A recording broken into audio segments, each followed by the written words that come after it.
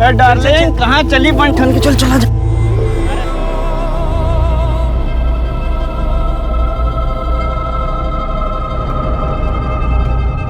ये जो 500 मीटर की सड़क है ना, मेरी बेटी के लिए बुरा सपना सा है। सोचता हूँ उसे साइकिल खरीद कर दे दूं ताकि वो यहाँ से झट से गुजर जाए, लेकिन क्या करूं, पैसे ही नहीं है।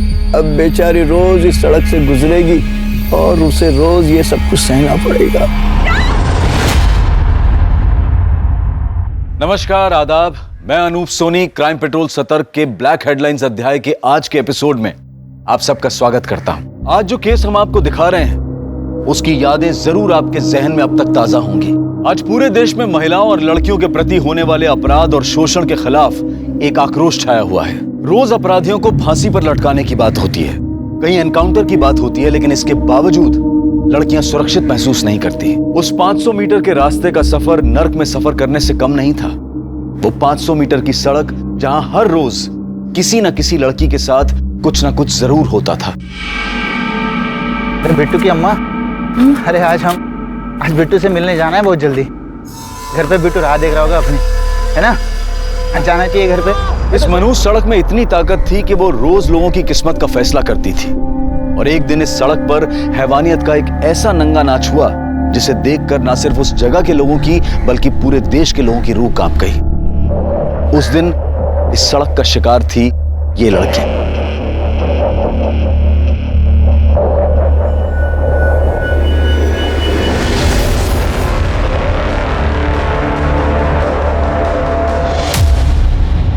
आज हम आपको इस लड़की की कहानी सुनाने जा रहे हैं। क्या हुआ था इस लड़की के साथ और आखिर इस 500 मीटर के खौफ के पीछे की असली ताकत क्या थी?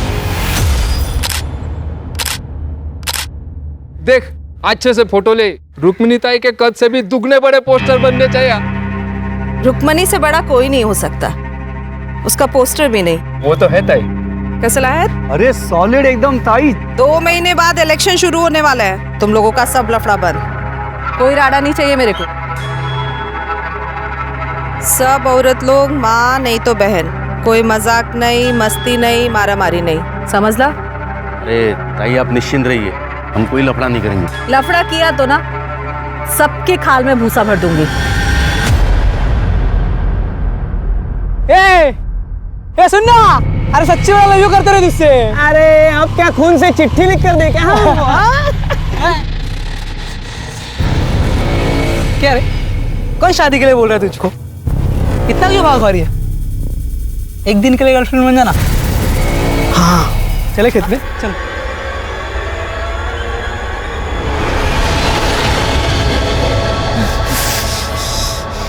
छोड़ेंगे नहीं इसको।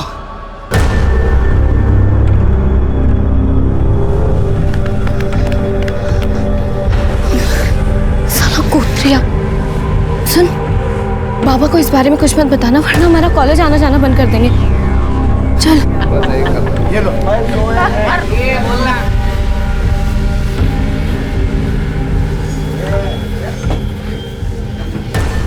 यहाँ क्या कर रही तू? वो बाबा यहाँ क्यों आई हो? वो आजूबा परीक्षा शुरू होने वाली है ना, प्रैक्टिकल बुक के लिए पैसे चाहिए थे। तू यहाँ आने की क्या जरूरत थी? आई से मांग लेती, पता ही नहीं जगह कैसी है। अरे क्या रघु काका, नैना और वर्षा कोई छेड़ेगा क्या? वर्षा बोले तो तुम्हारी नात और प्रदीप भाऊ की बेटी है नैना, कोई छेड़ेगा ना उसको काट डालेगा मैं। ये ले, वापस यहाँ मत आना। चल।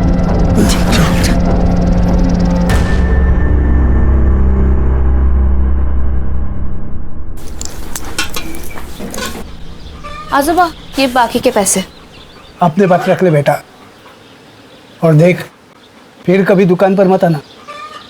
जी आजूबा। हाँ तो दारू की दुकान खोल के क्यों रखी है? इसके बाबा तो चले गए हाँ पी की दारू पी के, लेकिन अभी तक बात समझ में नहीं आई आपके। तो करूँ क्या? दुकान बंद कर लूं और कटोरा हाथ में लेके सड़क पर निकल पड़ूं? अरे पैसे कहाँ से आएंगे? आग लगे ऐसे पैसों को। ये गांव ही मनुष्य है, जिसे देखो दारू पी के यहाँ वहाँ पड़ा रहता है, काम धंधा तो है नहीं किसी को, और बस पूरे दिन गुंडागर्दी चलती रहती है।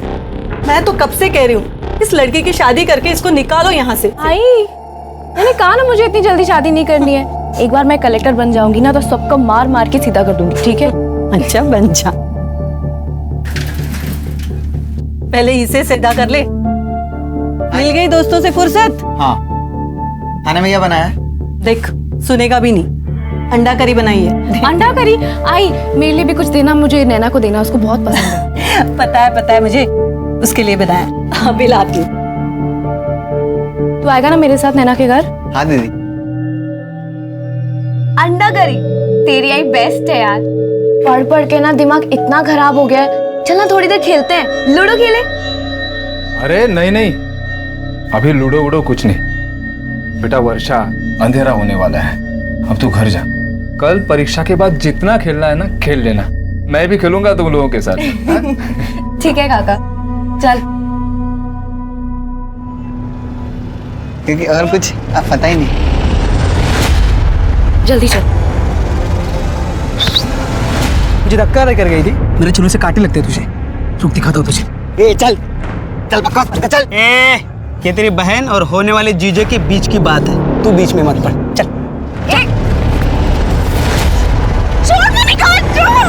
भाग चेतन। क्या रे तुम लोग, क्या हो रहा है? ये नाच वीच किस खुशी में? ये अपना बिमल भाऊ है ना, इसका मुर्गा जीत गया है मुर्गा की लड़ाई में, और ये सुनील का मुर्गा ना वो हार गया। आज तो मुर्गा कटेगा और मुर्गा पकेगा, पार्टी होगी पार्टी। क्या बोला था मैंने? 2 महीने शांत नहीं रह सकते तुम लोग? बोला था ना मैंने कोई गलत काम नहीं करने का। ये मुर्गा विर्गा ये सब गैर कानूनी है, समझा ना? लेकिन वो तई देख विमल, तू मेरा खास आदमी है तो तेरी जिम्मेदारी भी ज्यादा बनती है। ये छोटे छोटे मुद्दे पर नमक मिर्ची लगाकर मेरी छवि खराब करने की कोशिश करेंगे विपक्ष वाले। देख, कोई राड़ा नहीं चाहिए मेरे को। मेरी बिटिया की परीक्षा अच्छी जाए। आई, देर हो रही है। हाँ बाबा। ए चल बेटा चल, दुकान खोलने का समय हो गया। चल तुझे बस स्टॉप पे छोड़ देता हूँ। अच्छा सुनो, मैं 2 बजे तक आ जाऊंगी, या एक ही पेपर है। ध्यान से चेतन को बोलना कि मुझे लेने के लिए आ जाएगा। तू पार्टी वाला रास्ता हाँ, पता है चल। ना? पता है बेटा। हाँ चल। अच्छा सुन, परीक्षा अच्छे से देना, ध्यान देके। अरे जल रहा नहीं है यार, इसको भी पिलाना पड़ेगा। तेरे अंदर का हवा खत्म हो गया है। दारू डाल इसमें। ये ले, क्या मस्त खिलाया देख। जाना। अरे बियर खत्म हो गया? अभी मेरे को क्या मालूम। ये लो। अरे क्या रघु काका, ना देर लगाता है तुम। जल्दी खत्म होगी क्या? काका पार्टी तो आज रात भर चलेगा क्या रे? पार्टी है, पीना पड़ेगा। नहीं, थोड़ा पियो। आई, अरे कहाँ था तू? जा जल्दी ताई को लेके आ। वो अभी थोड़ी ना आएगी, वो तो 5 बजे आएगी। अरे नहीं, वो अभी आएगी, उसने बताया जल्दी आने वाली है वो। आई, मुझे पता है ताई कभी आएगी। अरे नहीं, तू जाओ, वो इंतजार करती होगी। अभी नहीं, मैं थोड़ा खा के अरे आता हूँ। सुन तो, वो इंतजार करती होगी। भूख लगी है।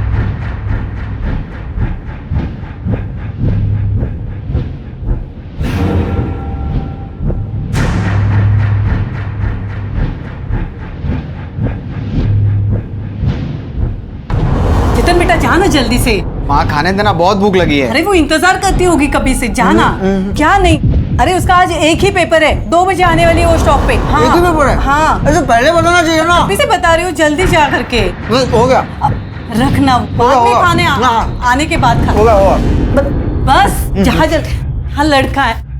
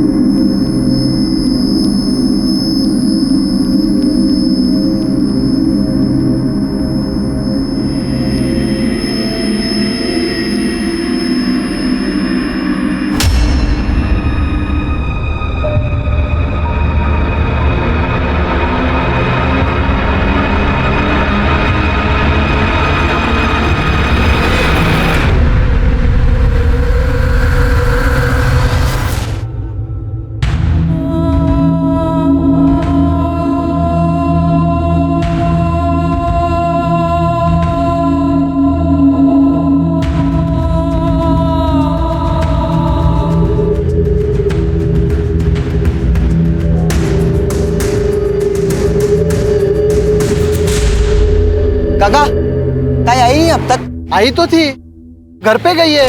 काका मैं घर जा रही हूँ, अगर चेतन आए उसको बोल देना। घर? लेकिन मैं उधर से आया, मुझे तो दिखी नहीं।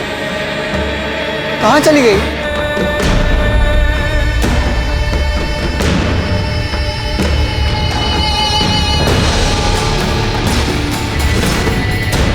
अरे बेटा क्या हुआ? वर्षा कहाँ है? ताई घर पर नहीं आई? नहीं तो क्या हुआ बेटा? पता नहीं कहाँ चली गई। अच्छा तू नैना के घर पे जाके देख, वहां गई होगी शायद। वर्षा तो यहाँ नहीं आई, क्यों क्या हुआ? तो कहाँ गई? चेतन हुआ क्या लेकिन?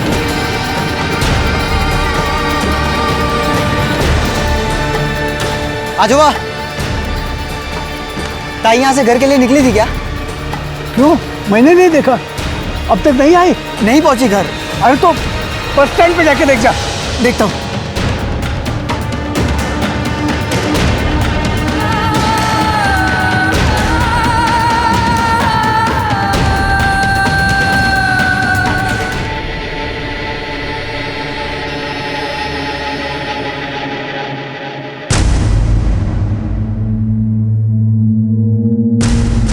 कुछ भी कर लेकिन मेरी बच्ची को ढूंढ के लेके आ कहीं से भी। अरे हम ढूंढने जा रहे हैं उसे, कुछ नहीं हुआ वर्षा को। मैं रुक्मिणी दा से कह दूंगा। चलो। क्या हुआ क्या?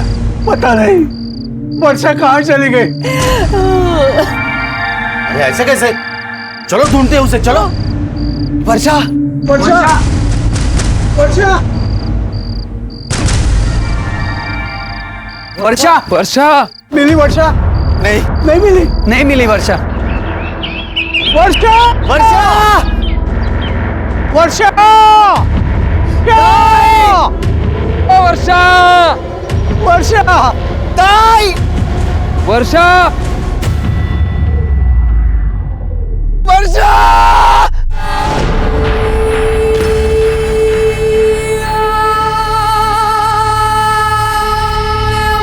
वर्षा ताई, वर्षा।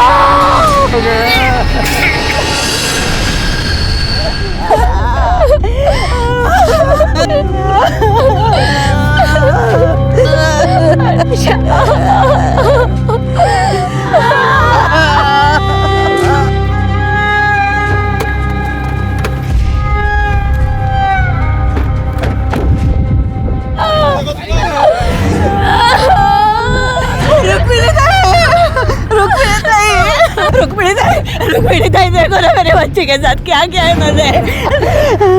शांत हुआ। जिसने भी हमारी वर्षा के साथ ये सब किया है ना, तुम्हारी रुक्मिणी ताई उसे छोड़ेगी नहीं, उनके आंसू रुलाएगी उसे। पाताल में भी होगा तो ढूंढ के निकालूंगी मैं।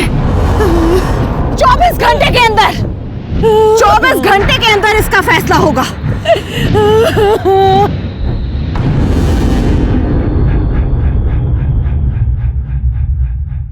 इंस्पेक्टर, हमारा आदमी नहीं है।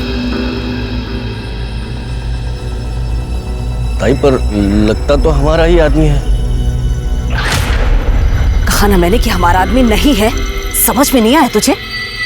तू किसी को भी बंद कर, किसी को भी उसे बंद कर, फांसी पे लटका या मार डाल, कुछ भी कर, पर इन सब में मेरे आदमी का नाम आया ना, ठीक नहीं होगा।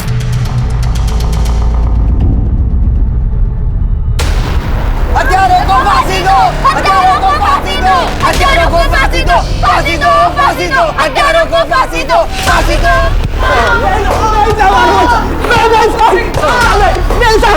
सालो, लड़की के साथ रेप करते हो?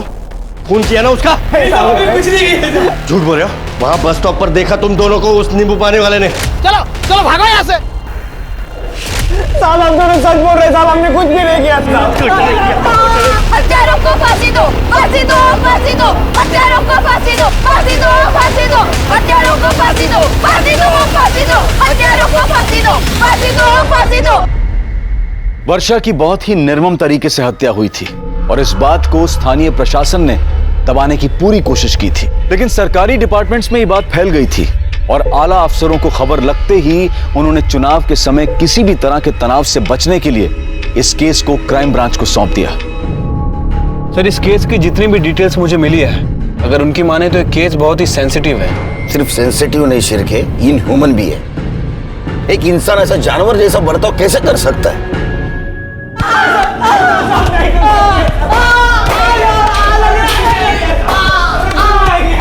थांबा। इन लोगों पर कितना टाइम बर्बाद करेगा तू? इनका फैसला मैं अभी कर देती हूँ। चल चल चल चल। साहब रोकिए इन्हें, बाहर भीड़ मारेगी लड़कों को। अरे इन्हें भीड़ के हवाले नहीं किया तो ताई हमें मार देगी। चलो। हत्यारों को फांसी दो, फांसी दो, फांसी दो, हत्यारों को फांसी दो, फांसी दो, फांसी दो। शांत रह। इन दोनों गुनहगारों को हम सब मिलकर सजा देंगे। इन दोनों को मैं अपने हाथों से मारकर वर्षा को न्याय दिलवाऊंगी।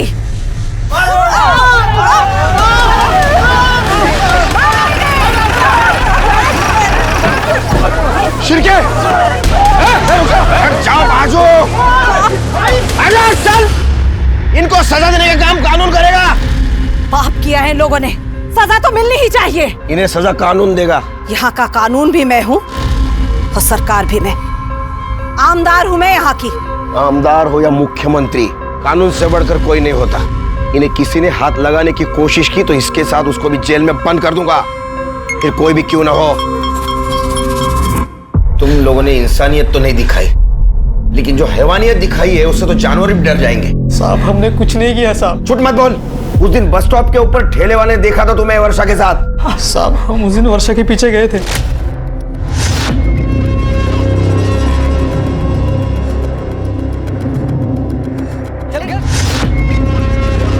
छोड़ेंगे नहीं पर हम वहां से चले गए थे साहब।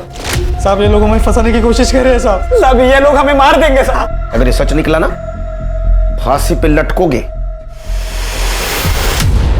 सर लड़की यहाँ पर अपने माँ, भाई और दादा के साथ रहती थी। ये उसकी पीएम रिपोर्ट है सर। काफी बुरी तरह से उसका मर्डर किया गया सर। जब वो नहीं मरी तो फिर उसे पानी में डुबोकर मारा गया। और सर सबसे घिनौनी बात, मरने के बाद उसके प्राइवेट पार्ट में लोहे का सरिया डाल दिया गया। इतना ही नहीं सर, उसके दोनों पैरों को बीच में से नाभि तक चीर दिया गया। किस तरह के लोग हैं ये शिरके? हाँ, किस तरह के लोग हैं ये? मैंने मेरे पूरे पुलिस करियर में बहुत सारे रेप केसेस हैंडल किए, लेकिन इतना ब्रूटली कभी नहीं मारा किसी ने किसी को। उन लड़कों के साथ डीएनए मैच होता है? सर वो इतनी चीरफाड़ हुई थी, उसमें डीएनए कहाँ ढूंढते? कहाँ ढूंढते मतलब? तुमने लड़की का डीएनए नहीं करवाया? वो शिरके, वर्षा का डीएनए करा। सर अभी तक तो जला दिया होगा। मतलब? वो बॉडी दे दी थी ना फैमिली को, इतनी खराब थी, बास आ रही थी। तुम क्या बोल रहे हो? क्या बोल रहे हो तुम?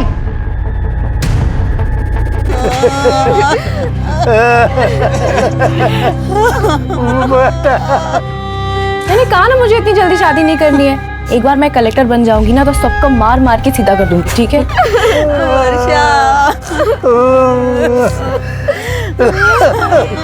माफ कीजिए, हमें वर्षा की बॉडी चाहिए।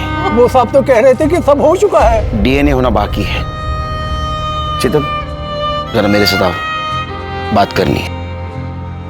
देखो राहुल और गोपाल को पुलिस ने अरेस्ट तो कर लिया वर्षा के रेप और मर्डर केस में, लेकिन फिर भी चेतन मैं जानना चाहता हूँ उस दिन क्या हुआ था। सर आई के एग्जाम चल रही थी। अच्छा सुनो, मैं 2 बजे तक आ जाऊंगी, यहाँ एक ही पेपर है। ध्यान से चेतन को बोलना कि मुझे लेने के लिए आ जाएगा। वो आज हम उसे बस स्टैंड छोड़ने गए थे। ताई ने कहा था कि वो 2 बजे तक वापस आ जाएगी, लेकिन मुझे पहुंचने में थोड़ी देर हो गई। ताई आई नहीं अब तक? आई तो थी, घर पे गई है। सर ताई बस स्टैंड उतरी थी, काका ने देखा था, लेकिन फिर वो कहाँ गई कुछ नहीं पता। और फिर हमें उनकी लाश।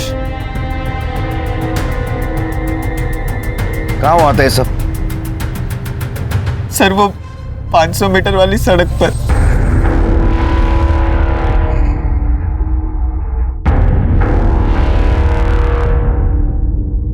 सर यहाँ इसी रास्ते से ताहिर उस कॉलेज से आ जा करती थी।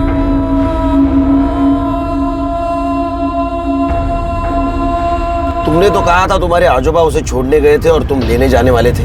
तुम्हारा घर तो बस स्टॉप के पास ही है, फिर वो अकेले जाते आती क्यों नहीं थी? सर, यहाँ का माहौल बिल्कुल ठीक नहीं है। मतलब इस 500 मीटर के बीचों बीच रुक्मणी ताई का पार्टी ऑफिस है और पूरे रास्ते में रुक्मणी ताई के आदमी लोग, गुंडे लोग दारू पीकर पड़े रहते। कुछ कहता नहीं? शायद कोई कुछ कहता है तो चाकू मार देते हैं। तो पुलिस वाले क्या करते हो?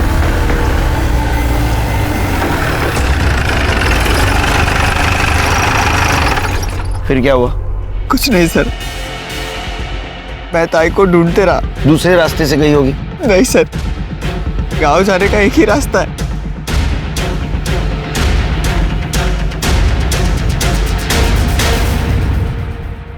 शिरके? ये रास्ता तो एकदम सुनसान दिखता है। अगर यहाँ कुछ होता तो चेतन को जरूर दिखता।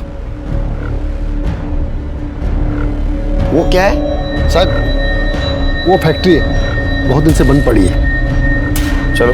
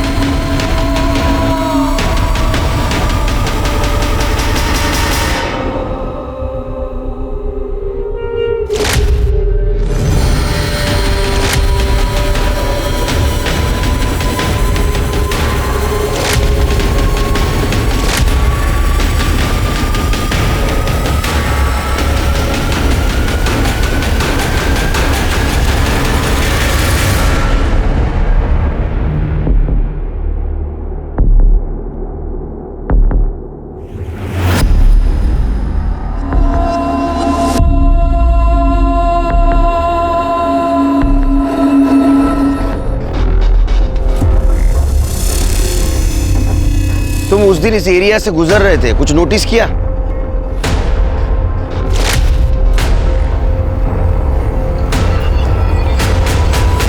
हाँ सर, यहाँ विमल भाऊ, प्रदीप काका, पक्या भाऊ और सुनील खड़े थे।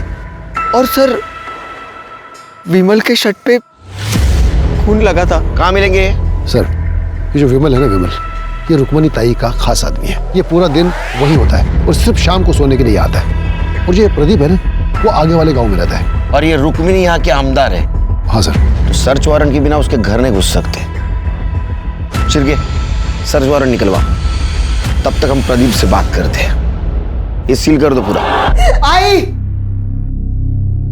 आई, ये तू क्या कर रही है? आई, छोड़ इसे। आई, क्या हुआ है? बोलेगी? चिंता मत कर तू, मैं आत्महत्या नहीं कर रही हूं।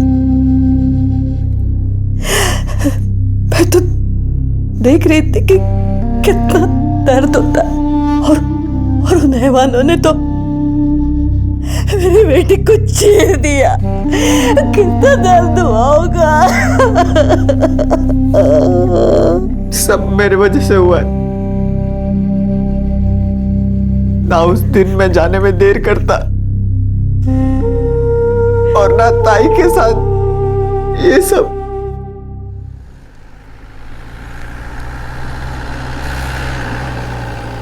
वो चेतन कह रहा था कि उस दिन तुम लोग वहां थे और विमल के कपड़ों पे खून के दाग थे।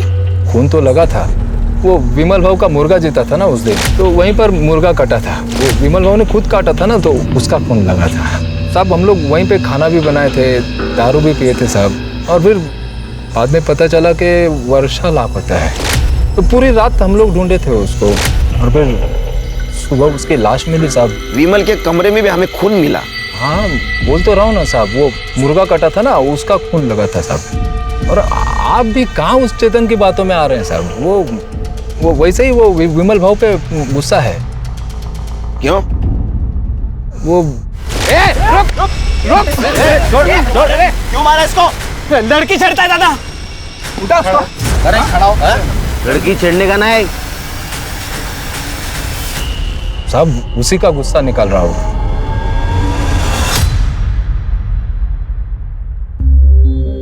अपनी बेटी की लाश देखकर एक माँ की छाती कैसे फटी होगी समझ सकती हूँ मैं। देख, मैं तेरा दुख तो नहीं बांट सकती, तुझे इस दर्द के साथ ही जीना होगा। हाँ, पर मैं वो जरूर कर सकती हूँ जो एक बड़ी बहन के हाथ में है।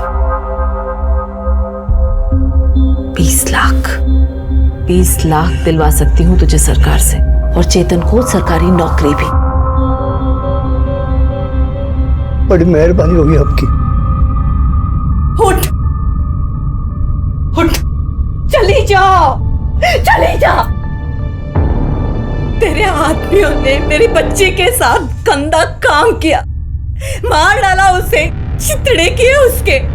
तुम अब आई हो हमें यहाँ नौकरी और पैसों की लालच दिलाने।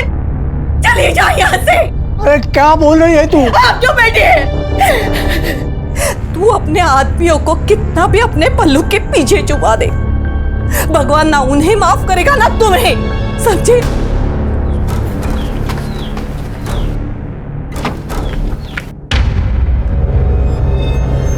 ये सब जो कुछ भी हुआ है ना, सब आपकी वजह से हुआ है। आपने अपने गुंडे लोगों को इतनी छूट दे दी कि उसने मेरे दोस्त के साथ, उनको उनके किए की सजा जरूर मिलेगी। तू दिलाएगी? दूध के दांत निकले हैं तेरे। चला।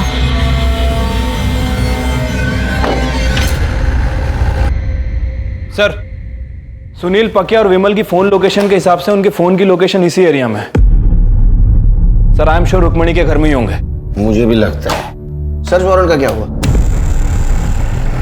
अरे बराबर है।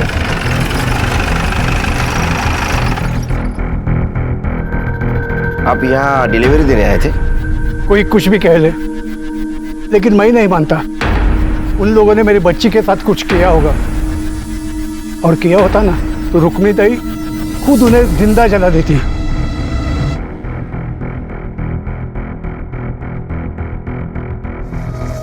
कहाँ? सर्च वारंट है हमारे पास। वो अंदर नहीं जाएगा। चल सर, अंदर नहीं जा सकते। काय करते तुम्ही? थांबा। साहेब सर्च वारंट लेकर आए हैं और तुम लोग रोक रहे हो? पागल है क्या? जाइए सर, सर्च कर लीजिए पूरा घर, कोना कोना।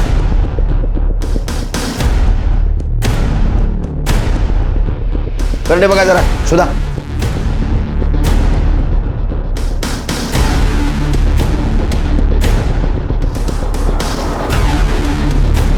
कुछ मिला क्या? नहीं सर। नहीं सर। नहीं सर। क्या हुआ साहेब? कुछ मिला क्या? नहीं ना?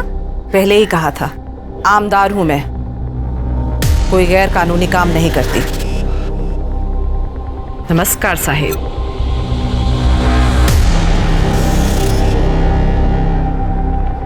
ये विमल यहाँ नहीं तो कहाँ होगा?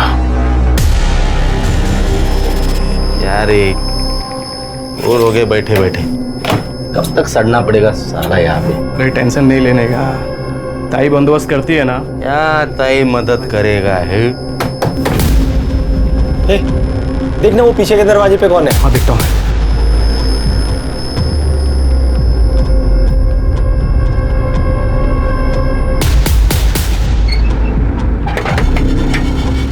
बियर लाया हूँ। हाँ चल, आजा जा। बहू, जरा पानी देना। बड़े साहब का फोन आया था, उस खोली में वर्षा का एक खून था। मना किया था आपको, छोड़ दीजिएगा, लेकिन आपने नहीं माना। देखिए अब आप ही के दुकान से दारू खरीदकर उन्होंने पी और आप ही के पोते का ये हाल कर दिया।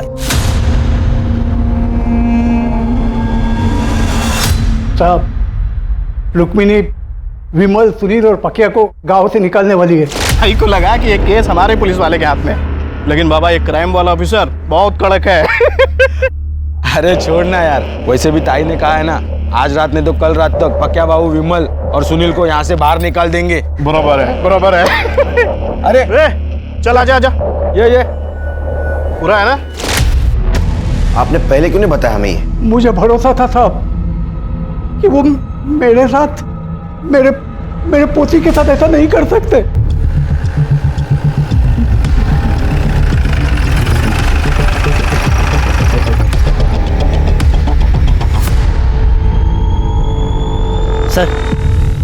सर पक्की खबर मिली है, विमल, पक्की और सुनील यहीं छुपे हैं। फिर के पीछे से जाओ, कड़े मायोरिया।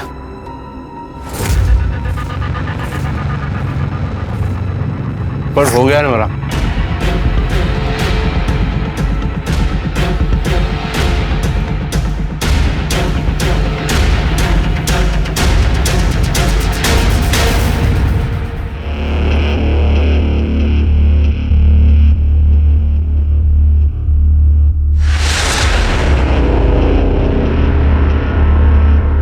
बे भाग रहे हैं।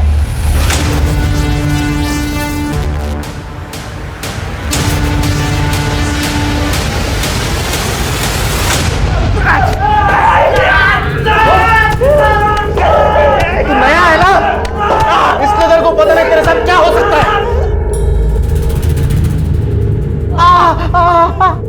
क्या हो सकता है रे मेरे साथ? क्या हो सकता है? तेरे को गोली लग सकती है, तेरी जान जा सकती है, और सारा इल्जाम जाएगा विद्रोही लोगों पर। पकड़ लो, इनके नाखून निकालो सबके। बराबर बोलेंगे।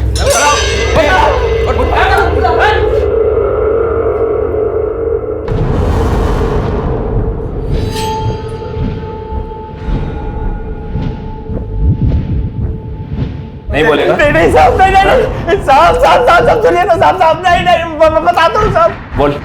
हम लोगों ने ना रेप किया था। क्या बक रहा है बे? हाँ साहब, हमने रेप किया था साहब। मैंने, पकिया ने और विमल भाव ने मिलकर उसका बलात्कार किया था साहब। ये दोनों झूठ बोल रहे हैं। ये सच बोल रहे और तू भी सच बोलेगा। जाओ साबित करके दिखाओ, जाओ। हम साबित भी करेंगे और तुम लोगों को सजा भी दिलवाएंगे। चिरगे सर, इसका सीमेंस का सैंपल कलेक्ट करो और डीएनए टेस्ट कराओ। सर, क्राइम स्पॉट की डिटेल्ड फॉरेंसिक रिपोर्ट आ गई है। सर वर्षा की बॉडी पर किसी का भी डीएनए ट्रेसेस नहीं मिला। क्या? हाँ सर। और सर डीएनए रिपोर्ट यह भी कह रही है कि वहाँ 3 लोगों के सीमेन के ट्रेसेस भी मिले, लेकिन वो ना तो गोपाल से मैच करते हैं, ना प्रदीप से और ना ही सुनील से। लेकिन सर अंदर जो यूरिन का सैंपल मिला है वो प्रदीप से मैच करता है। अरे मुझे कुछ नहीं पता है साहब। कुछ नहीं पता? उस कमरे में वर्षा का ब्लड, तुम्हारी पेशाब मिली, फिर भी तुम्हें कुछ नहीं पता? साहब जो भी हुआ होगा मेरे जाने के बाद हुआ होगा। अब रहा सवाल पेशाब का, तो लोग सब नशे में थे साहब, कर दिया होगा मैंने, बहुत पी ली थी साहब, वरना कोई होशमंद आदमी कमरे में पेशाब करेगा क्या साहब? इतनी पी ली कि नशे में पता भी नहीं चला तुमने रेप किया या नहीं किया? अरे नहीं साहब, मैंने रेप नहीं किया। देखो उस कमरे में तुम्हारे सीमेन नहीं मिले, लेकिन तुम उस कमरे में थे, इसमें दो राह नहीं।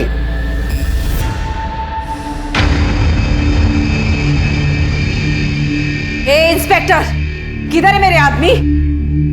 इनके आदमी अपने पास है। नहीं,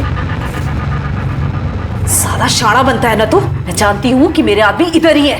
तो ढूंढो, पुलिस स्टेशन में ढूंढो। सुनो, कोना कोना ढूंढना। चलो देखो इधर।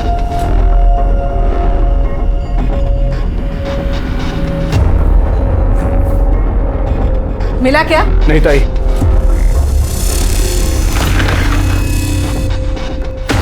ये सब करके मेरी छवि नहीं तोड़ सकता तू। ऐसी कांच की छवि बनाई क्यों जो टूट जाए? रुक्मणी हाय हाय, रुक्मणी हाय हाय, रुक्मणी हाय हाय, रुक्मणी हाय हाय, रुक्मणी हाय हाय, रुक्मणी हाय हाय। बहुत प्यार है ना आपको अपनी इस छवि से? अब देखिए हम लोग क्या करते हैं, इंटरनेट, न्यूज, हर जगह मैं आपको बदनाम कर दूंगी, फिर आप किसी को ये चेहरा दिखाने लायक नहीं रहेंगी। चेहरा तो तू अपना संभाल, देख मैं तेरे साथ क्या क्या कर सकती हूँ। रुक्मणी, हाय हाय, रुक्मणी, रुक्मणी, हाय हाय, रुक्मणी, हाय हाय।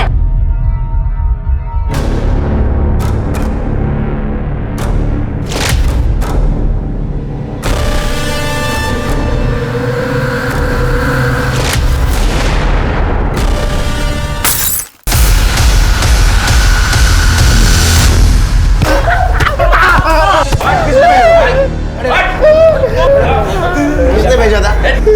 नहीं बताओगे? एसिड फेंकने आए थे ना? फिर क्या? एसिड लो इनके मुंह पे।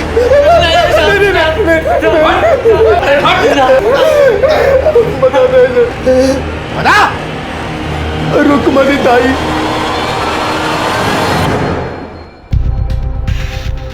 तू मेरा कुछ नहीं बिगाड़ पाएगा ऑफिसर। देखते हैं। चलो। चलो।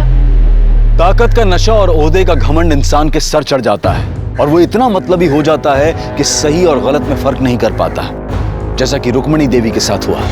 ये केस सिर्फ उस गांव, उस शहर ही नहीं बल्कि पूरे देश की नजरों में आ चुका था। हर जगह इस केस के बारे में बात हो रही थी, क्योंकि दिल्ली रेप केस के बाद ये दूसरा वैसा ही भयानक केस था। बल्कि सवाल ये था कि इस पीड़ित लड़की को न्याय मिलेगा या नहीं। मैंने कभी नहीं सोचा था कि रुक्मिणी ताई मेरी बेटी पर एसिड फिकवाएगी। अरे तुमने कभी रिश्ते का लिहाज नहीं किया तो रुक्मिणी ताई भला क्यों करती? जिस वक्त वर्षा का मर्डर हुआ उस वक्त तुम वहां थे ना? हाँ साहब, हम सब ने बहुत पी ली थी साहब।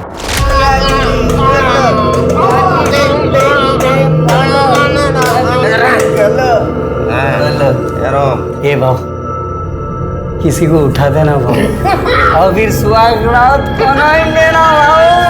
भाव सुहागरात मनाएगा क्या? एक दे, मैं देख क्या दे।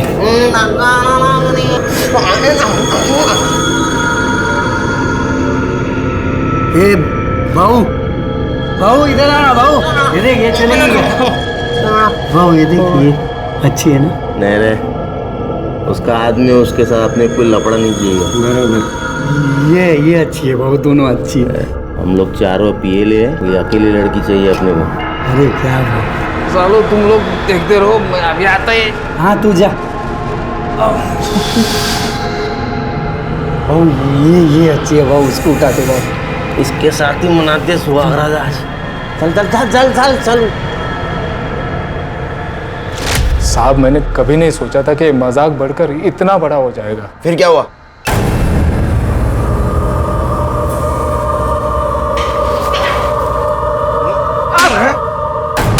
तेरे को ऐसे करते हो शर्म नहीं तेरे को? साहब मैंने कुछ नहीं किया। क्या सबूत है तुम्हारे पास? तुम्हारे सीमेंट और उस रूम में जो सीमेंट मिले वो मैच हुआ है। तो क्या हुआ? मैं और कई लड़कियों को वहां पे लेके जाता था। फिर क्या ऐसा नहीं मानेगा? इनफैक्ट मुझे टाइम वेस्ट करना ही नहीं है। ले चलो। कहाँ लेके जा?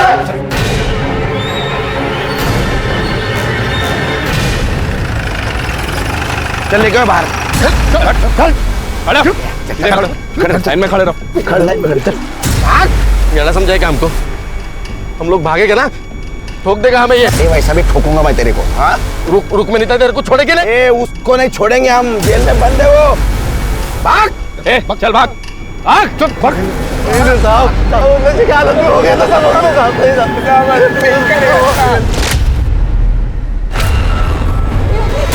विमल, अरे ये अपनी वर्षा है रे, इसको छोड़ दे।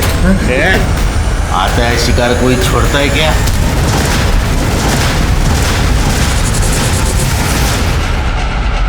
बे, वो लड़की को वहां से उठाना पड़ेगा। वो चेतन ने हमें यहाँ देख लिया है। ये तुम लोगों को जो करना है ना वो करो, मैं अब तुम लोगों का साथ नहीं देने वाला। अगर कहीं भी मुंह खोला ना, ध्यान में रख, तेरी भी एक बेटी है। माफ कर दो। नहीं साहब कर दो साहब। मार दो गोली, देखा जाएगा जो होता है। सर जानवर है साले, ने जीने का अधिकार नहीं। सर मारिए गोली। सर गाला गोळ्या ना मारा मारिए गोली ना मारिए।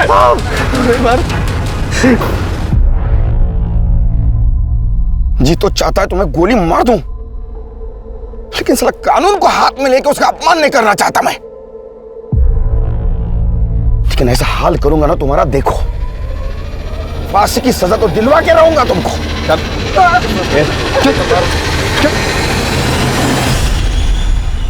और इस जघन्य अपराध के लिए विमल, सुनील और पकिया को फांसी की सजा दी गई। रुक्मणी को नैना पर हमला करवाने के लिए सजा मिली और प्रदीप को सबूतों की कमी के कारण छोड़ दिया गया। क्या सच में सभी अपराधियों को गोली मार देनी चाहिए या उन्हें जनता के हवाले कर देना चाहिए ताकि वो उन्हें सजा दे सकें? नहीं, ऐसा करने से न सिर्फ देश की कानून व्यवस्था बल्कि सामाजिक व्यवस्था भी खतरे में पड़ जाएगी। आज एक ऐसा सुलगता हुआ केस आपके सामने है जो अपने आप में एक मिसाल है इंसान के अलग अलग मुखौटों की। पुलिस हमारी सुरक्षा के लिए होती है और अगर हमारे रक्षक के ऊपर ही हमला हो तो ऐसे केस में आम इंसान का बौखला जाना जायज है। एक पुलिस ऑफिसर की बड़ी बेदर्दी से जलाकर निर्मम हत्या कर दी गई थी। मानो कातिल ने पूरे पुलिस डिपार्टमेंट को चैलेंज किया था और इस ब्लैक हेडलाइंस ने न सिर्फ उत्तर प्रदेश पुलिस को बल्कि साथ ही साथ पूरे देश को हिलाकर रख दिया था।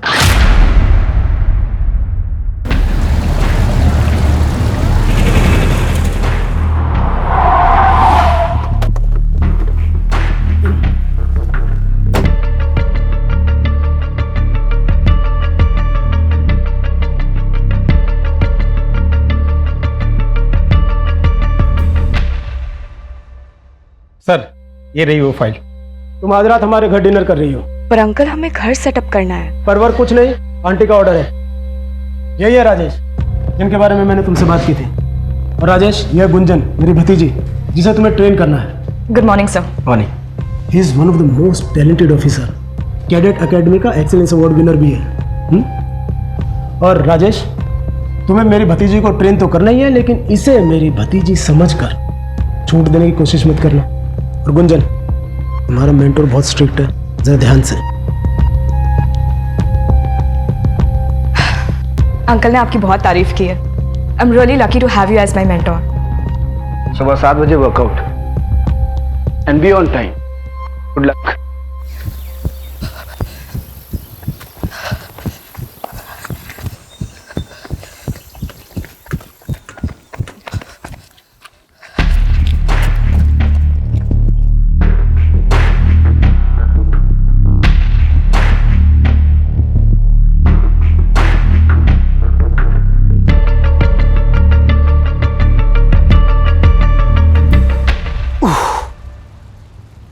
कितने राउंड्स? 1100। थक गई? No sir. अरे Shiv Prasad, good morning sir. Good morning. बच्चों को स्कूल छोड़ दिया? जी सर। और सपाटे मारो। अरे सर, हमसे नहीं हो पाएगा। बस ऐसे पेट लेके घूमती रहो फिर। बंदोबस्त के लिए तैयार हो? Yes sir. गुड।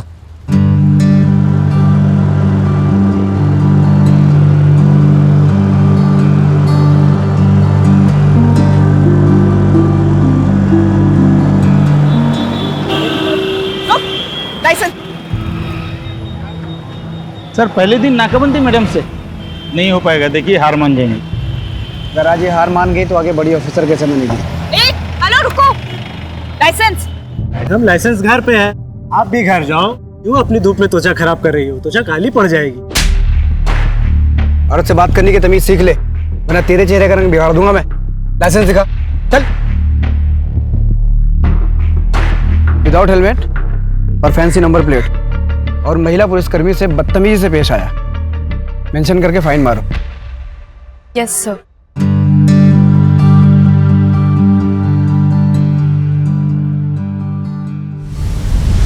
सर, आप इतना कॉन्फिडेंस लाते कहाँ से हैं? वर्दी से।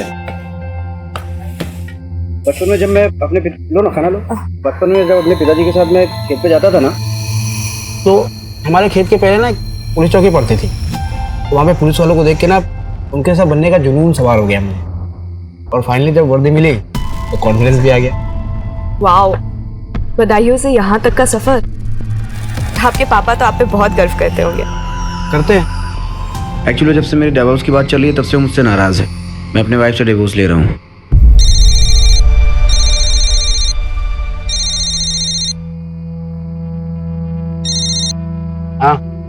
कहाँ तक पहुंचे? कहाँ पहुंचे मतलब? तुमसे तो बात ही करनी बेकार है।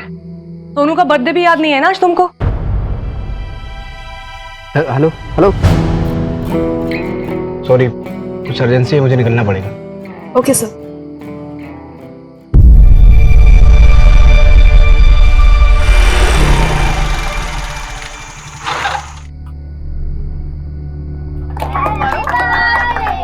Happy birthday to you. Happy birthday. Happy birthday to you.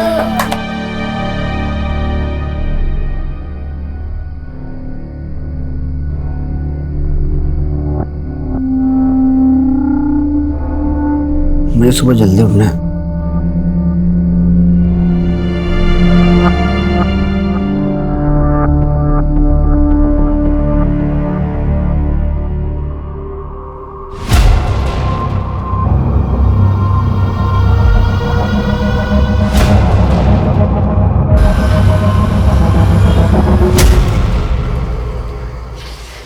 ये क्या हर दिन केस चलता रहता है तुम्हारा? हम सब बहुत अच्छे से समझते हैं। बहुत थके हुए हैं। अरे थकते तो तुम पहले भी थे राजेश, पर कम से कम बच्चों को समय तो देते थे। आजकल बहुत ज्यादा बिजी रहते हैं, बहुत ज्यादा काम है, समझा? हाँ बहुत काम है तुमको। अरे पहले तो तुम घर आते थे हमारे हाथ का खाना खाने के लिए भाग भाग के, अब क्या हो गया है? यार हमको तुमसे बहस नहीं करनी, हमको नींद आ रही, सुबह जल्दी उठना है, सो जाओ।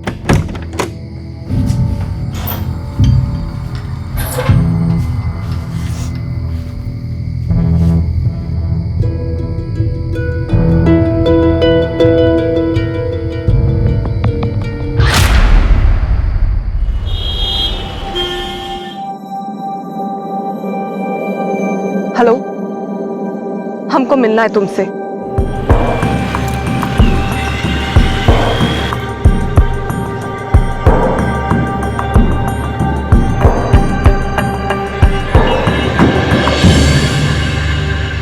आपने जैसा कहा हम वैसा ही कर रहे हैं।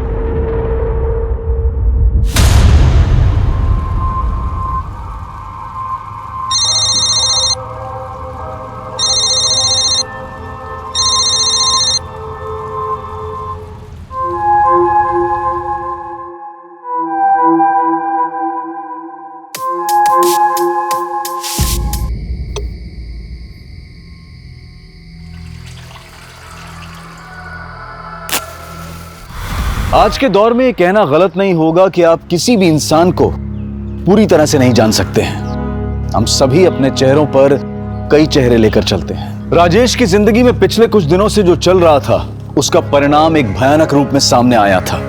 इतना तो तय था कि वारदात के बाद सामान्य रूप से चल रही कई जिंदगियों में भूचाल आने वाला था।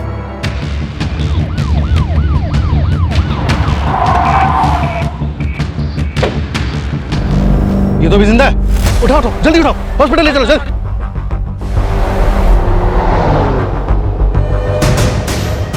हाँ, ये आईडी नंबर नोट करो, 7741। इसकी इंफॉर्मेशन निकालो जल्दी।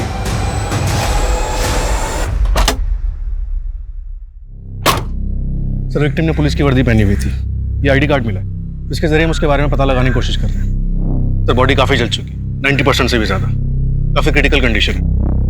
आसपास कुछ और बरामद हुआ, मोबाइल या पर्स वगैरह? नहीं सर, कुछ नहीं मिला। सुनसान इलाके में अकेला कर क्या रहा था? सर हो सकता है किसी केस पे काम कर रहा हो। अगर केस पे काम कर रहा होता तो लोकल पुलिस स्टेशन हमारी टीम को इन्फॉर्म करता। सड़क से इतना अंदर अकेले सुनसान इलाके में आने का रिस्क है। ऐसा करो, आसपास के 4-5 किलोमीटर के रेडियस में अच्छी तरह सर्च करो, कुछ ना कुछ जरूर मिलेगा। पुलिस वाले को जलाकर मारने की कोशिश हुई, मामला कुछ बड़ा ही हो। ओके सर, विक्टिम के आईडी कार्ड से पता चला है कि उसका नाम राजेश कुमार है, कुंदीनगर थाने में सब इंस्पेक्टर है। बाकी की डिटेल जानने के लिए थाने के इंस्पेक्टर सुनील त्यागी से बात करनी होगी।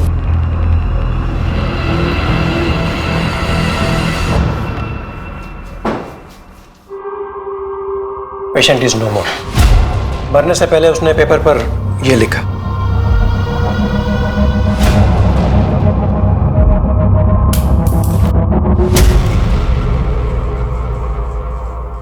डॉक्टर, हमें बॉडी की ऑटोप्सी रिपोर्ट कितनी जल्दी मिल सकती है?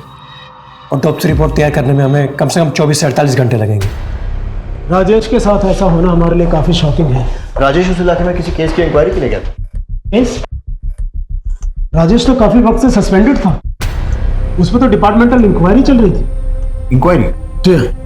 एक्चुअली हमारे एक ऑफिसर ने लकी नाम के एक हिस्ट्री शीटर को गिरफ्तार किया था और उसके पास से 2 पिस्टल बरामद हुई थी। काफी पूछताछ के बाद उसने कबूल किया कि वो पिस्टल उसे राजेश ने दिए थे। राजेश उस वक्त हमारे थाने का आर्म्स इंचार्ज था। ये लकी अभी भी आपकी कस्टडी में है? जी हाँ। अच्छा, ये आमला कौन है? राजेश की बीवी। देखिए जी, आपको क्या लगता है राजेश उस सुनसान इलाके में क्या करने गया होगा? हो सकता है उसे अपने केस के बारे में कोई क्लू मिला हो या किसी से मिलने गया हो। मैं पक्के तौर पर कुछ नहीं कह सकता। Excuse me. इस लकी से पूछताछ के लिए परमिशन निकलवाओ। और वो राजेश के घर का सर्च वारंट गीता लेकर आ रही है सर। ब्रेकिंग न्यूज आ रही है उत्तर प्रदेश के वाराणसी से, जहां एक पुलिस सब इंस्पेक्टर को जिंदा जलाकर मारने की कोशिश की गई है। सब इंस्पेक्टर का नाम राजेश कुमार है। हमारे संवाददाता हमारे साथ पल की रिपोर्ट शेयर कर रहे हैं। सर, हमें पता चला है कि सब इंस्पेक्टर राजेश कुमार को जिंदा जलाकर मारा गया है। पुलिस ने इस मामले में अब तक क्या कदम उठाए हैं? सर, क्या ये मामला पर्सनल दुश्मनी का है या इस मामले का लिंक किसी और बड़े मामले से है? देखिए, सब इंस्पेक्टर राजेश कुमार की हत्या हमारे डिपार्टमेंट पे भी शॉप, लेकिन मैं आपको एक चीज की गारंटी दे दूं कि हम मुजरिमों तक पहुंचने में कोई कसर नहीं छोड़ेंगे। प्लीज। राजेश की हत्या की वजह से मीडिया में बहुत बवाल है। हमारे अपने आदमी के साथ क्राइम हुआ है, इसलिए सबकी नजर इस पर है। तो मुझे इस केस में जल्द से जल्द प्रोग्रेस चाहिए। गीता, क्राइम लोकेशन पर एक टीम के साथ जाओ, फिर से अच्छी तरह पूरी सर्च करो। सर। दुबे, राजेश की बीवी अमला से मिलो, उससे पूछताछ करो और उसके घर की तलाशी लो। Right sir. और हाँ, जब तक ये केस सॉल्व नहीं हो जाता है कोई ब्रेक नहीं लेगा। Is that clear? सर।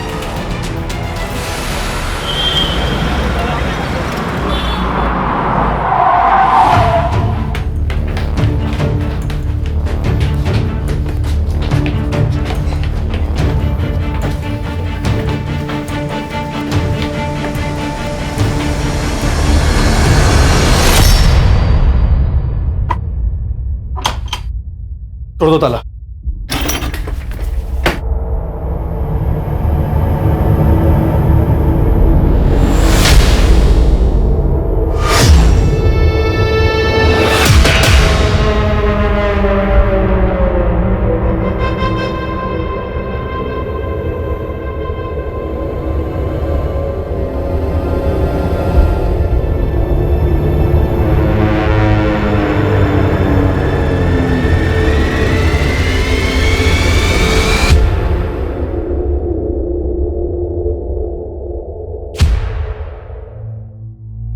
ये राजेश की बीवी आमला कहाँ है? सर, कहाँ है ये तो पता नहीं, लेकिन 6-7 दिन हुए यहाँ से गए हुए।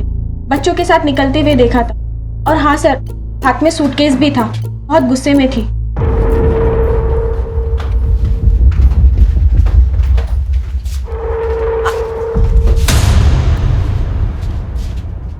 सर, हमने बाद में राजेश से भी पूछा।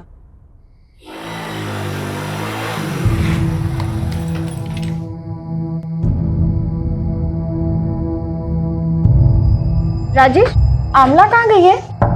वो हमारे गांव गई है, बदायूं। अचानक से? बताया नहीं उसने। सब ठीक तो है ना आप दोनों के बीच? हाँ, सब ठीक है। वो अचानक उसका जाने का प्लान बन गया ना, तो इसलिए शायद बताना भूल गई होगी। हमें थोड़ा अजीब तो लगा था, क्योंकि सर इससे पहले आमला कभी बदायूं नहीं गई। और वैसे भी सर, पति पत्नी में अगर झगड़ा होता है तो पत्नी मायके जाती है, ना कि ससुराल। उनके बीच झगड़े किस बात पे होते थे? झगड़े होते तो थे, लेकिन किस बात पर होते थे वो हमें नहीं पता।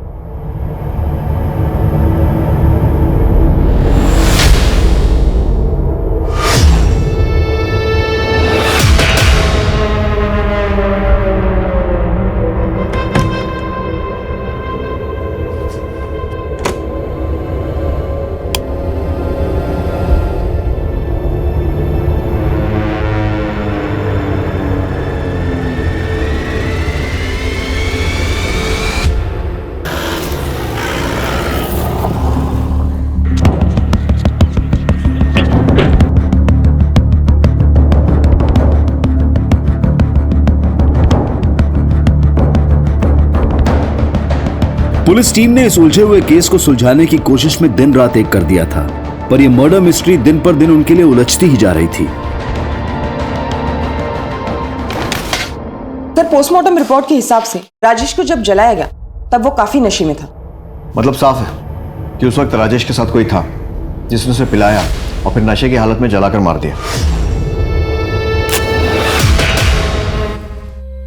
क्राइम स्पॉट से कुछ और? नहीं सर, कुछ नहीं मिला। और आमला? सर, पड़ोसी ने बताया कि आमला राजेश के गांव बदायूं गई है और राजेश की फैमिली बनारस आने वाली।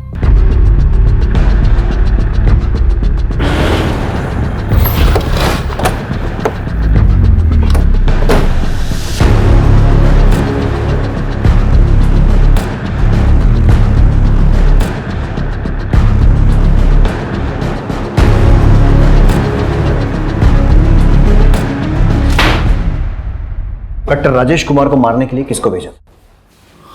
क्या बोल रहे हैं सर आप ये?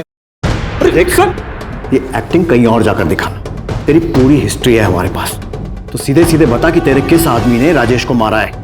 सर वो सब हमें कुछ नहीं पता है, हमें बस इतना पता है कि राजेश ने हमें 2 गन दिए थे और वो सब मैं पहले ही बता चुका हूँ। सोचने का मौका दे रहा हूं, सच सच बता दे, नहीं तो अपने तरीके से उगलवा लेंगे। दुबे, अपने सोर्सेस को इसके लोगों की कुंडली निकालने में लगा दो। Right sir. Sir Rajesh sir बहुत मेहनती और फिट रहने वाले लोगों में से थे। यहाँ तक कि बड़े साहब ने भी अपनी भतीजी गुंजन मैडम को उनसे ट्रेनिंग लेने को कहा था। वो हमारे बेस्ट ऑफिसर थे सर, पर जब से ये इंक्वायरी चल रहा था वो बहुत ज़्यादा परेशान रहने लगे थे, काफ़ी ड्रिंक भी करने लगे थे। किसके कहने पे हमारा नाम खराब करने की कोशिश की तूने? किसके कहने पे हमारा नाम खराब करने की कोशिश की तूने? बोल बेटा, एक बात कान खोल के सुन ले, सच का पता तो हम लगा के रहेंगे। तेरे लिए अच्छा होगा कि तू अपने मुंह से बता दे मुझे। बता किसके कहने पे किया? बोल राजेश, बोल राजेश, बोल राजेश। मुझसे बात नहीं कर सकते, ये मत भूलो कि तुम सस्पेंडेड हो। और ये क्या शराब पीकर आए हो थाने में? सबके सब मिले हुए, सबके सब मिले हुए, लेकिन एक बात कान खोल के सुन लीजिए आप लोग, उनसे हमारी वर्दी कोई नहीं छीन सकता।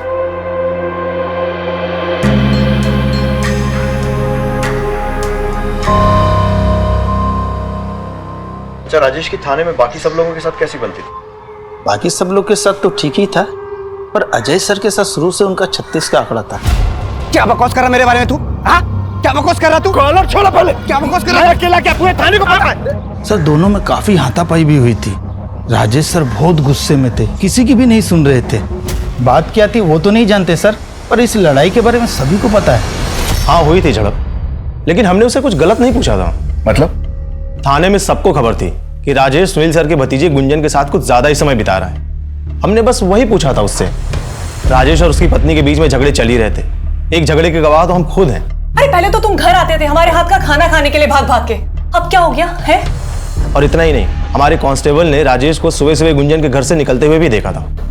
ठीक, ये तो है राजेश की कहानी। अब अपनी कहानी सुना। राजेश से दुश्मनी की वजह? सर कोई जाति दुश्मनी नहीं थी, एक वर्क प्लेस में 2 कॉम्पिटिटर्स के बीच में जैसा होता है सिर्फ उतना ही। कॉम्पिटिटर्स? और वो गन्स वाले केस में राजेश का इन्वॉल्वमेंट? उसकी लाइफस्टाइल देख के कोई भी बता देगा कि वो उस मामले में जरूर इन्वॉल्व होगा। उसके खर्चे उसकी कमाई से दुगना थे। आपकी भतीजी गुंजन इस वक्त कहाँ है? उसका एक्सीडेंट हो गया था, इसी वजह से वो लीव पर है अपने होम टाउन लखनऊ में। लेकिन आप गुंजन के बारे में क्यों पूछ रहे हैं? त्यागी जी, हमने सुना है कि गुंजन और राजेश के बीच में काफी नजदीकियां थी। देखिए, राजेश एक शादीशुदा बाल बच्चेदार आदमी था और गुंजन एक पढ़ी लिखी समझदार लड़की है। पहली बात तो ऐसा कुछ हुआ नहीं, और अगर ऐसा कुछ होता भी तो आपको नहीं लगता कि मैंने टैकल कर लिया होता? माफ कीजिए, मेरी कोर्ट में पेशी है, मुझे निकलना हो।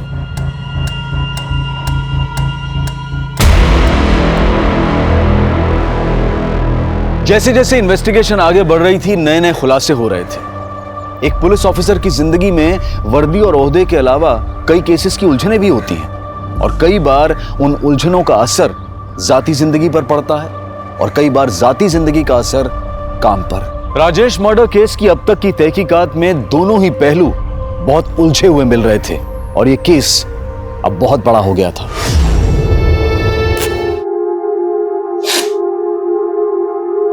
राजेश की पत्नी नहीं है आपके साथ? सर, सुनने में तो आया था कि वो आजकल यही बनारस में। बनारस में? लेकिन हमें तो पता चला है कि वो पिछले हफ्ते बदायूं चली गई थी। क्या बात कर रहे हैं सब? 6 महीने हो गए जब से डिवोर्स की बात चल रही है। वो बोला यहाँ बदायूं क्या करने आएगी साहब? 6 महीने? लेकिन 1 महीने पहले तो राजेश ने अपने बेटे का बर्थडे सेलिब्रेट किया था। सर, राजेश का कोई बेटा नहीं, उसकी एक बेटी है। यही है ना राजेश का परिवार? नहीं साहब, ये राजेश का परिवार नहीं है।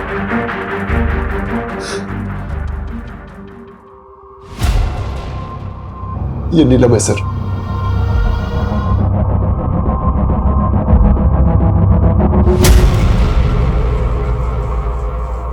तो क्या नीलम दूसरी औरत के बारे में सही कह रही थी?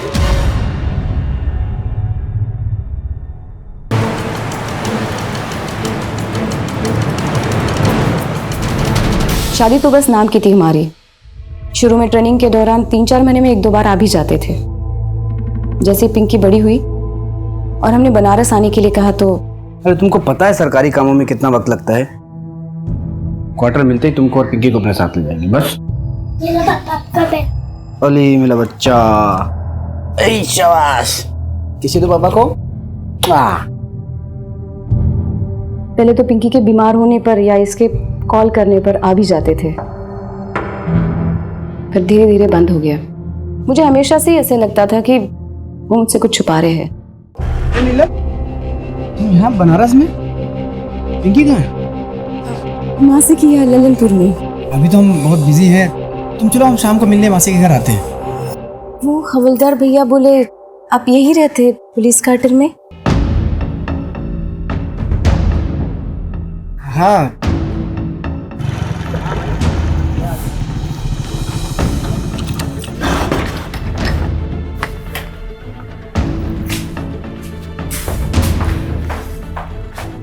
आपने बताया नहीं कि आपको पुलिस क्वार्टर मिला है?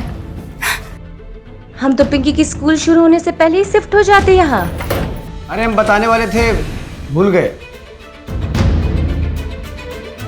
अरे ज्यादा टाइम नहीं हुआ क्वार्टर मिले हो।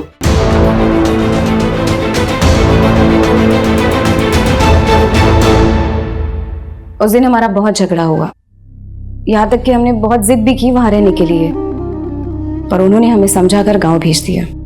कुछ दिनों बाद तंग आकर हमने उन्हें जब डिवोर्स की बात की तो वो झट से मान गए। यहाँ तक कि जब हमारे पापा भी उन्हें समझाने के लिए गए, बात करने के लिए गए तो जब राजेश कुछ भी नहीं था तब हमने नीलम का रिश्ता किया था उससे। आज जब राजेश की सरकारी नौकरी लग गई है तो हमारी बेटी को छोड़ देने की बात कर रहा है। तो बेटा रहना नहीं चाहता उसके साथ तो कैसे जबरदस्ती करे? समझिए, आप समझिए ना उसे। मेरी बेटी नीलम का क्या होगा, पिंकी का क्या होगा? यूं सबको मजदार में छोड़ देना कहां की समझदारी है भला? अब राजेश से आखिरी बार कब मिली थी? बनारस आने के बाद हम उन्हें कभी नहीं मिले। कभी भी नहीं? पिंकी की पढ़ाई और हमारी नौकरी में इतना समय निकल जाता है कि हमें फुर्सत मिलती ही नहीं, और हम अब पीछे मुड़कर नहीं देखना चाहते। सर, नीलम को देख के ऐसा बिल्कुल भी नहीं लगा कि उस पर राजेश की मौत का कोई असर हुआ है। सुबह राजेश और नीलम का डाइवोर्स भी नहीं हुआ। ऐसे में राजेश की मौत का डायरेक्ट फायदा नीलम को ही होगा। तो क्या सर, अब नीलम भी हमारी सस्पेक्ट लिस्ट में? बिल्कुल। नीलम के कॉल रिकॉर्ड निकलवाओ और साथ ही साथ ये भी पता लगाओ कि राजेश ने मरते समय आमला का नाम ही क्यों लिखा।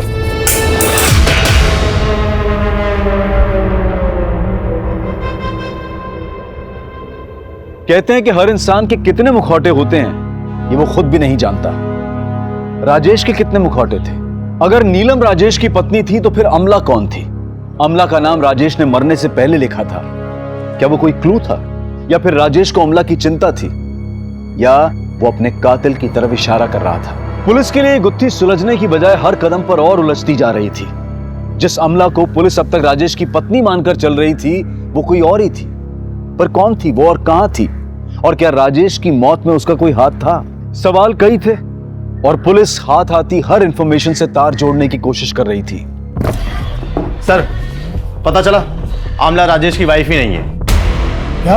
यस सर, इतने दिनों तक राजेश हम सबकी आंखों में धूल झोंकता रहा और पता नहीं कौन कौन सी कहानियां सुनाई थी उसने हम सबको। सर,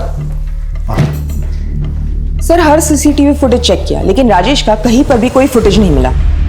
जिस भी व्हीकल पर डाउट होता है सर्च करो। राजेश किसी ना किसी जरिए से किसी साधन से वहां पहुंचा हो। आसपास वालों से भी पूछताछ जारी रखो। और सर एक खबरी से ये भी पता चला है कि लक्की के घर कुंती नगर थाने से कोई पैसे भेजता था। गीता, तुम लकी के घर जाओ। सर,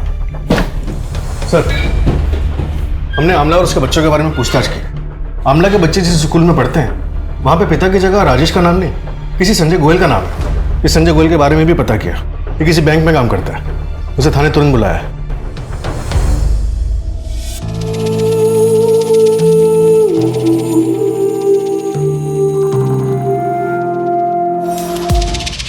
सर हमारा तलाक 2 साल पहले हो गया था।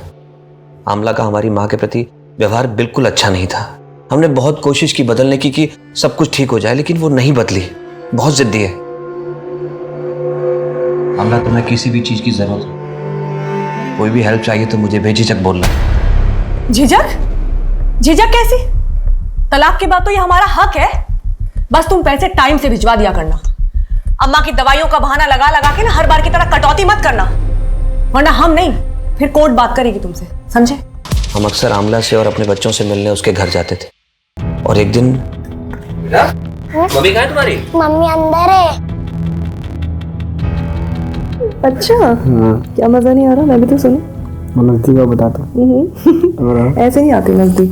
बहुत दिनों से कुछ गिफ्ट नहीं लेकर आए।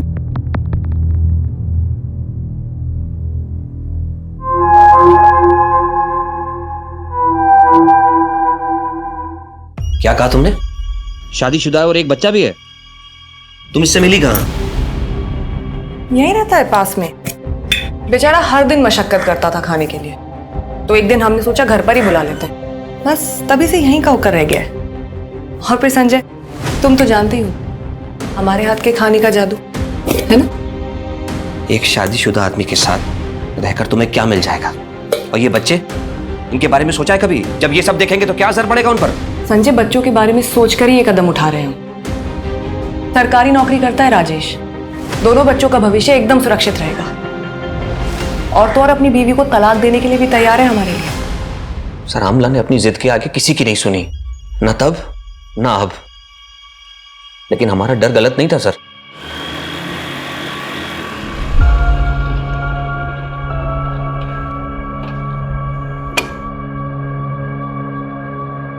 क्या हुआ आमला? मुझे क्यों बुलाया? उसको अब हमें इंटरेस्ट नहीं रहा है।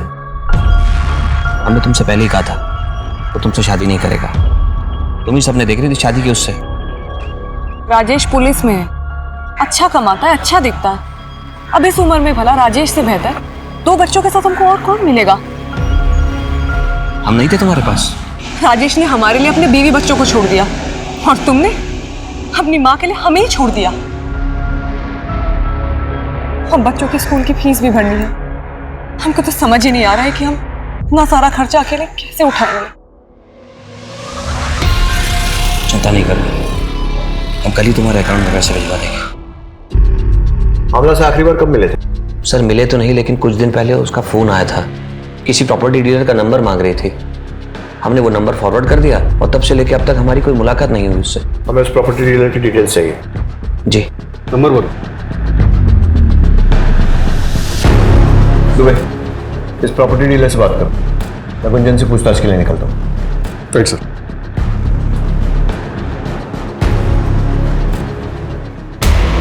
बहुत गूंज सुन रहे हैं आपके नाम की गुंजन जी। अब आपकी जबान से सुनना चाहते हैं। उस दिन यानी 10 अक्टूबर को कहाँ थे आप? सर, हम ड्यूटी पे थे। आप चाहे तो चेक कर सकते हैं।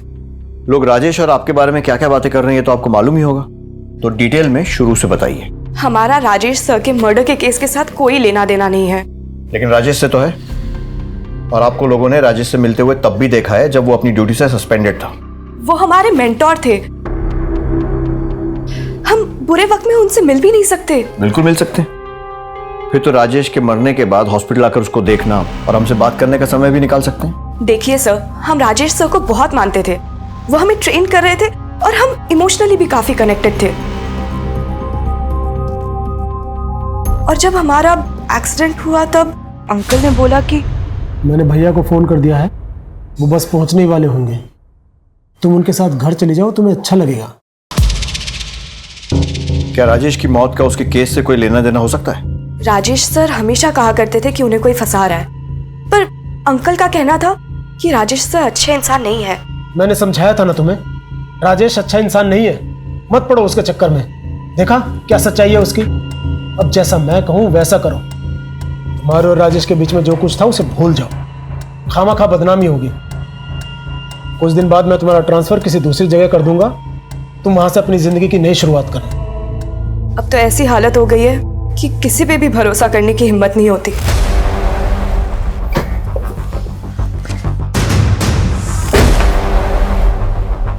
इन्हें पहचानते हो? उन्हें तो कुछ दिन पहले ही मकान किराए पे दिलाया था। एड्रेस क्या है? लिख के दो।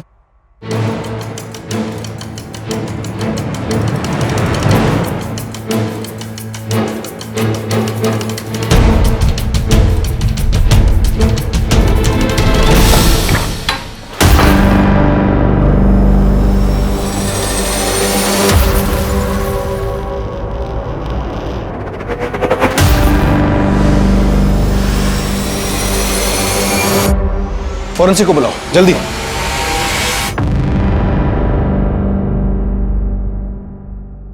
सर, ये आमला के घर पे कुछ तो बड़ा कांड हुआ है, आप प्लीज जल्दी आइए। ठीक है, ओके सर।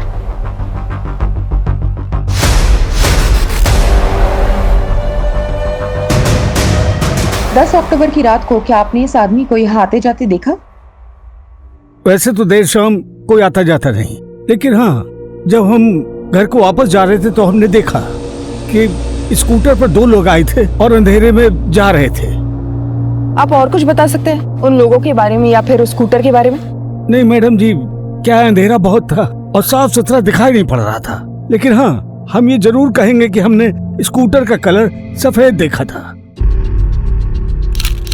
सर, आमला ने राजेश को यहाँ जख्मी किया और उसके बाद उसकी बॉडी को जला दिया। पोस्टमार्टम में किसी भी जख्म का जिक्र नहीं है, लेकिन एक क्राइम सीन देखकर लगता है कि अकेले आमला का काम तो नहीं हो सकता। जरूर कोई ना कोई था जो उसकी मदद कर रहा था।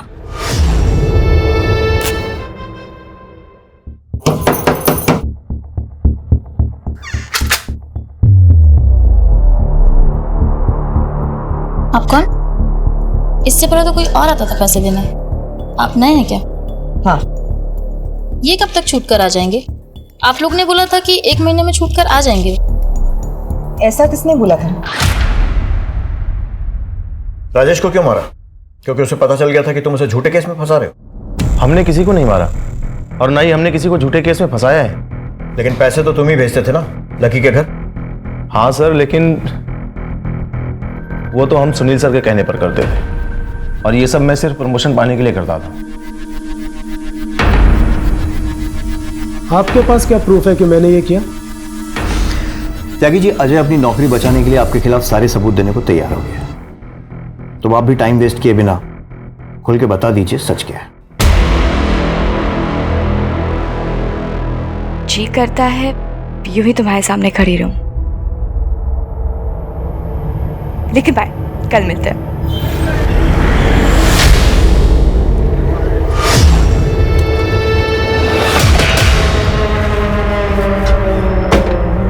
तुम्हें उसे जो सिखाना था तुमने सिखा दिया। तुमसे पहले भी कह चुका हूं कि उससे दूर रहो, वरना ऐसी जगह ट्रांसफर करूंगा ना कि बिजली पानी को तरस जाओगे। आप मेरा ट्रांसफर तो करा देंगे सर, और गुंजन को कैसे रोक पाएंगे मेरे साथ आने से? जब राजेश फिर भी नहीं माना तो हमने एक तीर से दो शिकार करने के बारे में सोचा। हमने उसे एक ऐसे केस में फंसाया जिससे हम ही उसे निकाल सकते थे। वो जब भी हमारे पास गिड़गिड़ाते हुआ आता तो हम उसके सामने एक ही शर्त रखते, गुंजन से दूर जाने की शर्त। जब इतना फुल प्रूफ प्लान था तो ऐसा क्या हुआ कि आपने अगला कदम उसे मारने का उठा लिया? हमारा प्लान सक्सेसफुल होता उससे पहले ही किसी ने उसे मार दिया। अपने ही डिपार्टमेंट में और अपने पुलिस स्टेशन के इतने काबिल अफसर के साथ खेल खेलते हुए आपको शर्म नहीं है? सर, अगर ये काम आमला ने किसी के साथ मिलकर किया है तो उसका साथ देने वाला कहीं इंस्पेक्टर सुनील या फिर संजय तो नहीं? क्योंकि संजय हमेशा आमला की मदद करने के लिए तैयार रहता। हमें यहाँ तक पहुँचाने वाला भी संजय ही है। इंस्पेक्टर सुनील सिस्टम से वाकिफ है, वो खुद इस चक्रव्यूह में नहीं फंसेगा। जरूर उसका कोई ना कोई प्यादा होगा जो आमला की मदद कर रहा होगा। सर, मुझे तो कभी कभी लगता है इन सारी औरतों से तंग आके राजेश ने खुद अपना मर्डर प्लान करवाया और खुद आमला को मार के कहीं फरार हो गया। आमला को हर समय पैसों की जरूरत रहती थी, जरा इंस्पेक्टर सुनील और आमला दोनों के बैंक स्टेटमेंट चेक करवाओ। Okay sir. आमला अगर हाथ लग गई तो सच्चाई भी हाथ लग जाएगी। वो सफेद स्कूटर या उन दोनों लोगों के बारे में कुछ पता चला? सर क्राइम स्पॉट पर जाने वाले सभी रास्ते और आसपास के सभी एरिया के सीसीटीवी फुटेज एक टीम चेक कर रही है। We are checking every possible way. Team से कहो कि कमर कस के तैयार हो जाए। ये कहानी अब क्लाइमैक्स तक पहुंचने वाली है।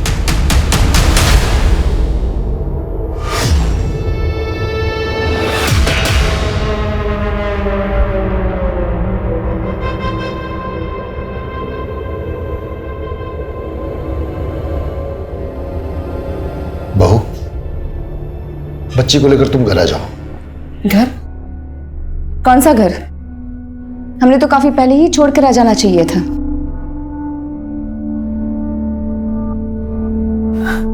ऐसा ना कहो बहू, ये बच्ची राजेश की आखिरी निशानी है। आखिरी निशानी?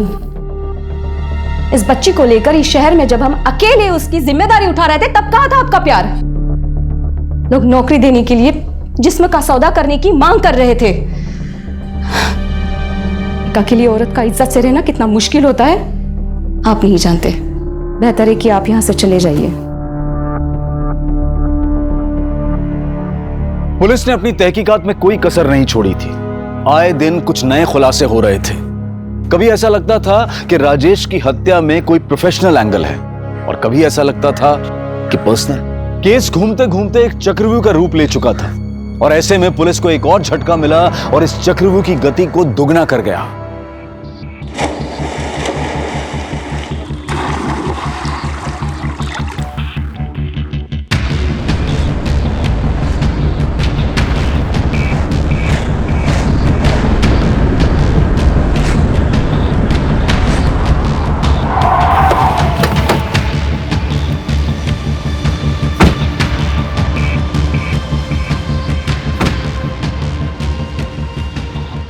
हमें सूटकेस में क्लैश के होने की खबर मिली थी। आपने जो अपने थाने से एक फोटो भेजा था उसका चेहरा इससे मिल रहा है।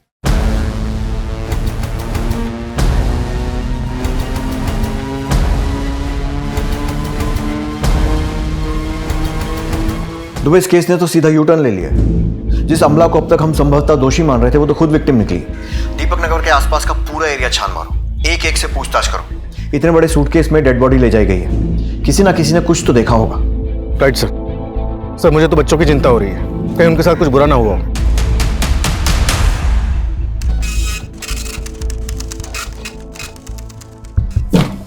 सर हमने आमना, नीलम और राजेश तीनों के पिछले कई हफ्तों के फोन लोकेशन मैच किए। सरप्राइजिंगली तीनों की लोकेशन कई बार एक ही जगह दिखा रहा है। दुबे, अब तक की कहानी हमें जिस दिशा में ले जा रही है, इन तीनों का इंटेंशनली एक साथ होना तो इम्पॉसिबल ही है। जरूर नीलम ही आमला और राजेश का पीछा करती थी। लेकिन सर पिछले कुछ दिनों से नीलम की लोकेशन अलग दिखा रहा है।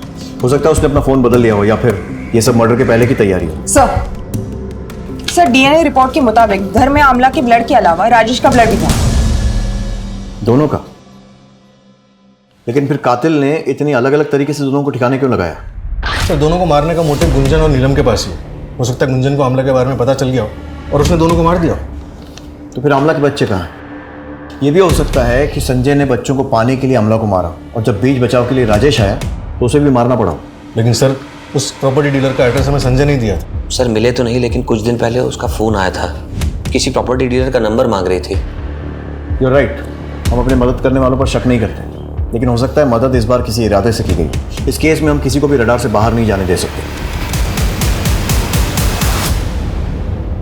साहब इसमें हमारी कोई गलती नहीं है। जितना पूछा है उतना बता। हमें पता चला है कि सूटकेस तेरे सामने फेंका गया था। हाँ पर वो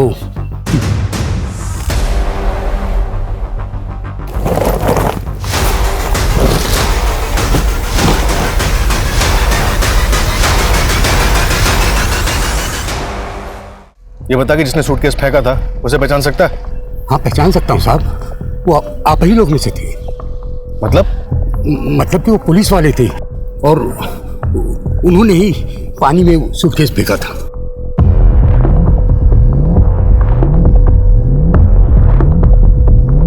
ये था? नहीं। ये भी नहीं। ये यही था साहब, यही था। क्या हुआ साहेब? ये नया सूटकेस पानी में काहे फेंक दिए?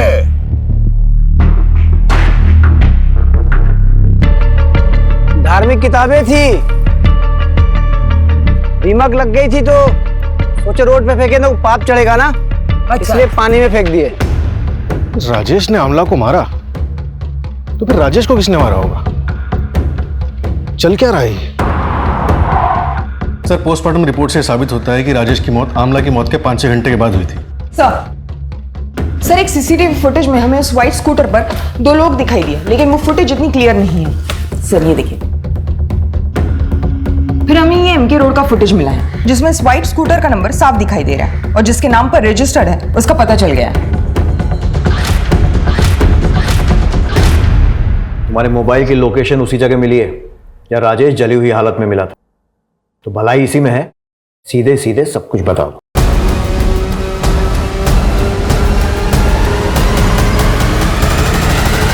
तुम्हें कैसे पता था कि राजेश उस रात वहीं मिलेगा?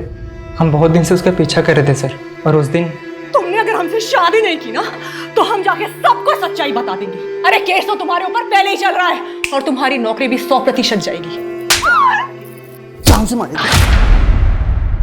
फिर थोड़ी देर बाद राजेश दोनों बच्चों को घर से लेके बाहर गया और वापस आते हुए उसकी कार में एक सूटकेस लेके आया।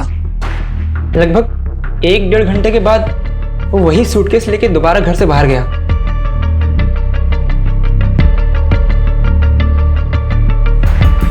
हमको कुछ गड़बड़ लगा सर, इसलिए हम अपना दोस्त को फोन करके बुला लिए। उसके बाद हम दोनों राजेश की गाड़ी का पीछा करने लगे।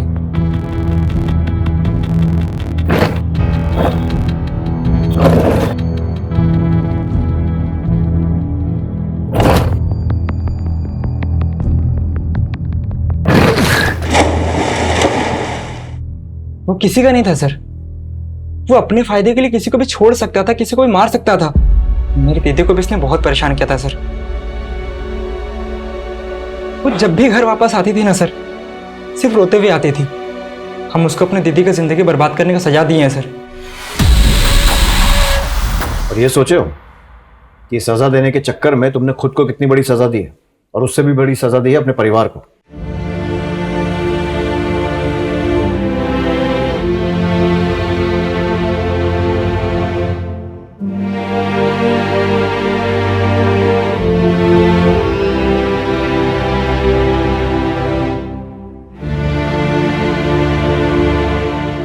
कहते हैं कि एक साथ 2 नावों में सफर करना खतरे से खाली नहीं होता, लेकिन राजेश और अमला दोनों ही ये सफर कर रहे थे। बल्कि राजेश की जिंदगी तो 3 तरफ से उलझी हुई थी। मुखौटे लगाकर इंसान कुछ समय के लिए खुश तो हो सकता है, दूसरों को भी खुश कर सकता है, लेकिन ये खुशी लंबी नहीं चलती है।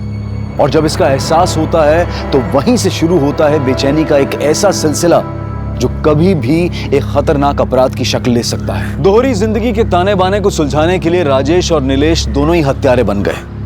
अपनी इच्छाओं को पूरी करना कोई बुरी बात नहीं है, लेकिन हम सही और गलत के बीच के अंतर को समझने की कोशिश नहीं करते हैं, उसके अंजाम की परवाह नहीं करते हैं, और नतीजा हम खुद ही अपनी तबाही के जिम्मेदार बन बैठते हैं। अब मैं अनूप सोनी आपसे विदा लेता हूं, फिर मुलाकात होगी क्राइम पेट्रोल सतर्क के ब्लैक हेडलाइंस अध्याय में एक और चौंका देने वाले केस के साथ। और याद रखें, क्राइम और आपके बीच में सिर्फ इतना फर्क है कि आप कितने सतर्क हैं। सतर्क रहें, सुरक्षित रहें। जय हिंद। क्राइम पेट्रोल के और भी दिलचस्प कहानी देखने के लिए हमारे चैनल को सब्सक्राइब करें और बेल आइकॉन दबाना न भूलें।